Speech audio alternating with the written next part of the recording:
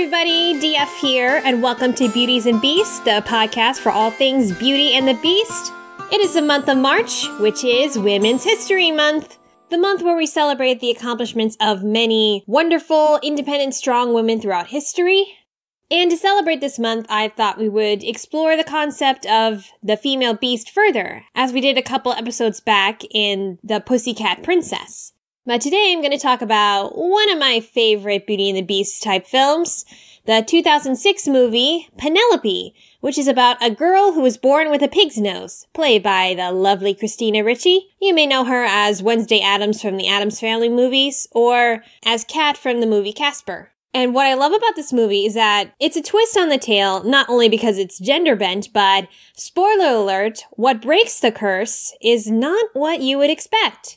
So before we get into this, the required commercialism, I'd like to thank my $5 plus patrons, Anime Guy 1101, Satu-Hana, and TyrannosaurusVenom. Thank you for your continuing support.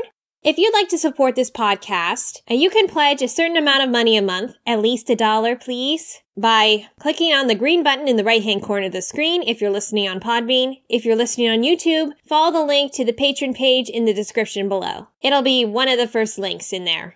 I promise. And your support would help me raise money to get to Magpie Pony and the Lost Narrator's wedding next year, and also help me to buy soundproofing equipment to make the recordings of higher quality. But if you feel like you can't make a monthly commitment, you could also support my podcast by buying Beauties and Beasts merchandise on Redbubble. I have 2 new products for sale based on Cinderella and the Frog Prince, so go check it out. There'll be links in the description too. In return for becoming a patron, you will earn certain rewards. It depends on how much you pledge. For instance, episodes are live streamed for patrons, such as this one right here. So you'll be listening to the episode before anybody else, and as it's being recorded, so you can hear all my stumbles and bloopers. Believe me, I'm making some right now. You just can't hear them because they're edited out. You also get a handwritten note from me in the mail, or a guest spot on the show, or complimentary gifts, early episode access to my book review miniseries Beastly Reads, which reminds me, I need to catch up on those. Sorry, it's been really busy this month, because I'm part of a community production of Seussical, so added stuff to my schedule. Alright, so if you haven't seen the movie Penelope, there will be spoilers. But I'm still going through the plot summary, and I might speed through it because my throat is not 100% today. Yeah! I think I've got a pig's nose, or throat at least. Alright, so, the movie opens up with a prologue to how Penelope was cursed with the pig's nose.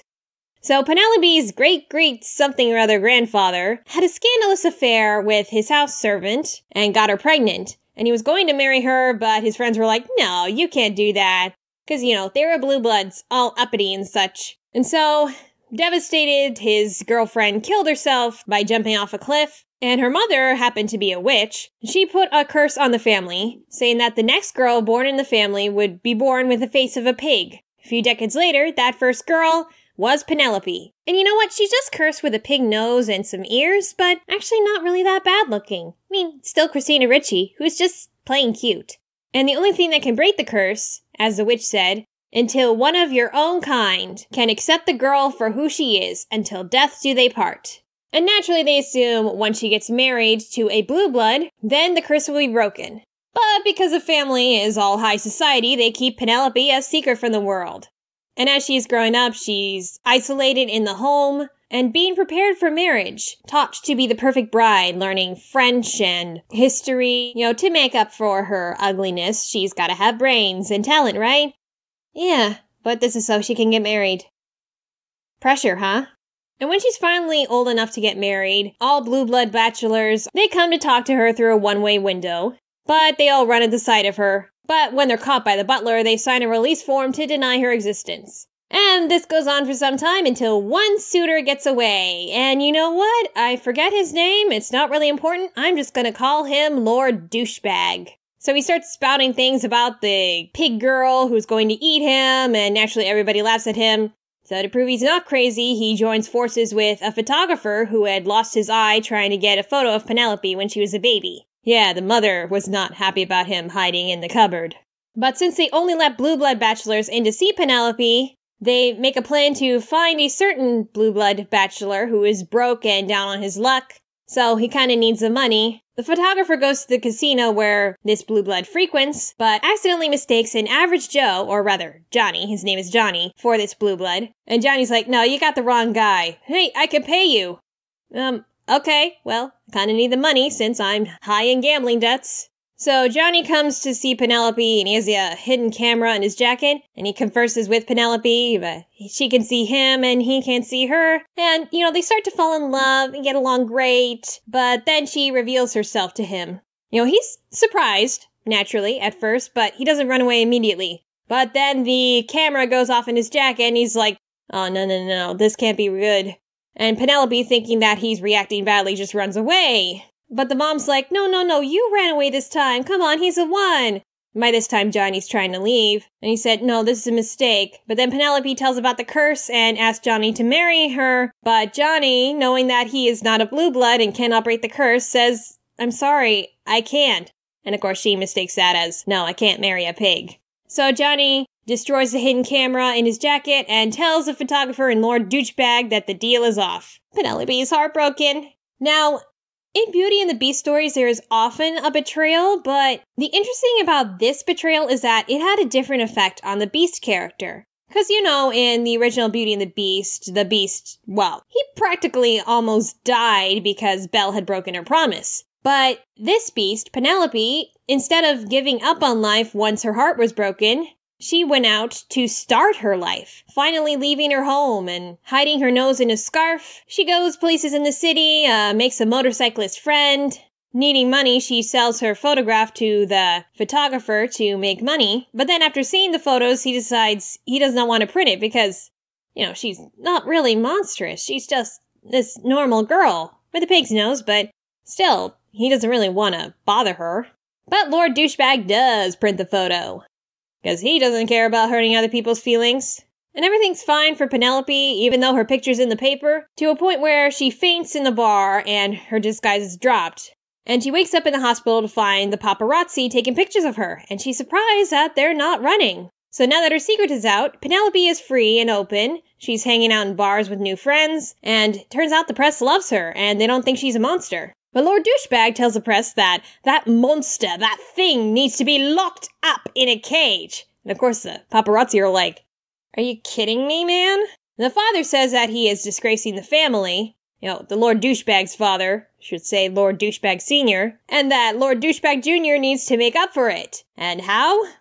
Well, Lord Douchebag proposes to Penelope. Even though Penelope's like, but you ran away from me. Oh, I was only running from my feelings for you. Yeah, she wasn't buying it. The mom urges Penelope to accept the proposal, even though Penelope doesn't love him. Like, what about my friends? Oh, they're not your friends, honey. They're just making fun of you. They want to laugh at the little pig. But there's a whole new you waiting to come out. While this has all been going on, Johnny has been bettering himself, inspired by Penelope running away and bettering herself. He quit gambling, he's gone back to playing piano, and the photographer finds him after he discovered that he was not the blue blood that he thought he was, and urges Johnny to go back to Penelope. But Johnny doesn't think that he can give Penelope what she wants. He thinks what she wants is for the curse to be broken, and he can't do that for her. That's really selfless love, if you ask me. Okay, I'm sorry. So, the wedding takes place, and Penelope, because she is a smart girl, leaves Lord Douchebag at the altar, much to everyone's relief, including Lord Douchebag. And she runs into her room, locks the door, and the mom is shouting, no, honey, you gotta do this! You gotta do this for us! It's a whole new life, a whole new you! But Penelope doesn't want a whole new her. She says, I like myself the way I am. And then, boom! The curse is broken. Neat twist, huh? Because the curse said one of her own kind, a blue blood, would be able to break the curse. And Penelope was a blue blood, so by accepting herself, she was able to break the curse. Which was kind of sad because the mom realized, the mom's a blue blood too, and she could have broken the curse long ago. Oh wait, what about the dad though? Because the dad actually wasn't that bad, at least from what I saw in the movie. I mean, he was encouraging her when she went out on her own, gave her some money so she could have some fun. I don't get why the father's love didn't work either. But the mom was pretty insane. Because even after the curse was broken, she was like, a little turn-up would do wonders, honey. Like, really? I'm glad I have my mom. So Penelope kind of misses her nose, but now that it's gone, she's free to live the life that she wants without all the extra attention. She even becomes a teacher, she's still hanging out with her motorcyclist friend, and is happy. And a few months later, she finds Johnny on Halloween in the club where he's playing piano. And she's wearing a pig mask because apparently Penelope costume is very popular that year. And Johnny knows it's her right away, because he knows her voice, and kisses her before she even takes off the mask. He's like, "I can't break the curse for you." But she's like, "It's okay," and takes off the mask and said, "Turns out I had the power to break the curse all along." And so they live happily ever after. The end. So this movie has a very interesting moral, and that is, before you can love another person, you got to learn to love yourself. And it brings a new idea of the concept of the beast. I mean, as you know, in Beauty and the Beast, the goal is to have somebody fall in love with you so that you can be beautiful again. That's kind of cheap when you put it that way. But in this, Penelope had to accept herself for who she was. Before she even met Johnny, she didn't really like the image of herself. Like, there was a scene where she looked in the mirror and she covered up her nose so that her reflection would look relatively normal. In this movie, the appearance of the beast represents how the beast feels about herself. And when she does accept herself, she becomes the beautiful person that she feels she is on the inside. Even though still kind of sad that she lost her nose. But hey, at least now she can be whatever she wants to be. And the mom was no help. I feel they should have expanded more on how the dad felt about Penelope. And I want to talk about a bit, what's the difference when we have a female beast? Well, in the case of this movie, there was a little bit more pressure for her to fall in love. I suppose it kind of gets that way in, like, Disney's Beauty and the Beast, but even in the folktale, like, the Beast wasn't really pressured by anyone per se, at least from what we saw in the fairy tale. It was really him that was really seeking out the bride. But in this movie, Penelope is not actively seeking the husband, it's her mom putting pressure on her to find the husband. But she wasn't really having any of it because she knew, like, nobody's gonna want me. I mean, she was even tutored to be the perfect bride to make up for her looks. And that's really how a lot of women historically have been pressured, that the only thing they can accomplish out of life is getting a husband, whether through beauty or through their talents. Like, take the 19th century, where accomplished women were considered the best brides, like if they knew piano or sang, or even if they read a lot.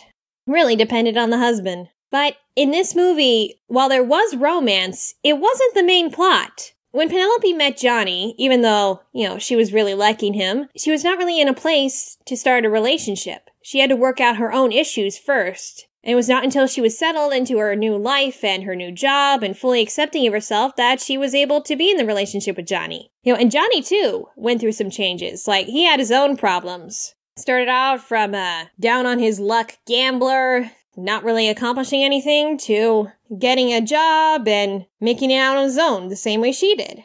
People are under the illusion that you need romance to be happy, but what this movie seems to say is that when you fall in love and get together with someone, it's because you're happy. It's really in addition to happiness, not an escape from sorrow. Like, you shouldn't really consider marrying someone because your life is horrible. That's just getting with someone for the wrong reasons. And Penelope, as a female beast, she was not really hideous, just a little different. And really, it ended up that her appearance didn't really matter to society. It was really just herself that was holding her back, and not the curse. Not even her parents were holding her back. Penelope was an adult. She could have left at any time. And it wasn't until she was rejected by someone she really liked that she had the push to go out and find herself. And so, some advice for women who would be watching this movie? There is nothing wrong with falling in love and getting married. After all, you can't really control who you fall in love with. But you should not base your dreams on what others want from you. In the case of Penelope, for her curse to be broken, through a wedding was her mother's dream and not Penelope's, because the mother just missed being part of high society. It's not because she really cared about Penelope's well-being, which is sad. The mother's seriously the worst in here. People assume that romance and feminism are constantly at war with each other, but really the point is, at least from the kind of feminism I'm a part of, is that the point is people, regardless of their gender, need the freedom to choose what they want to be. And it should not be based on traditional views. Alright, that's pretty much all the thoughts I had about this movie. Are there any questions from the patrons who are listening right now? Okay, there doesn't seem to be any questions at this time. But remember, you can listen to the live streamed recordings of this podcast and be able to ask questions during the recording just by pledging at least $10 a month, and you will be given access to the closed Skype group. Alright, next time, in further celebration of Women's History Month, we're going to be looking at another female beast.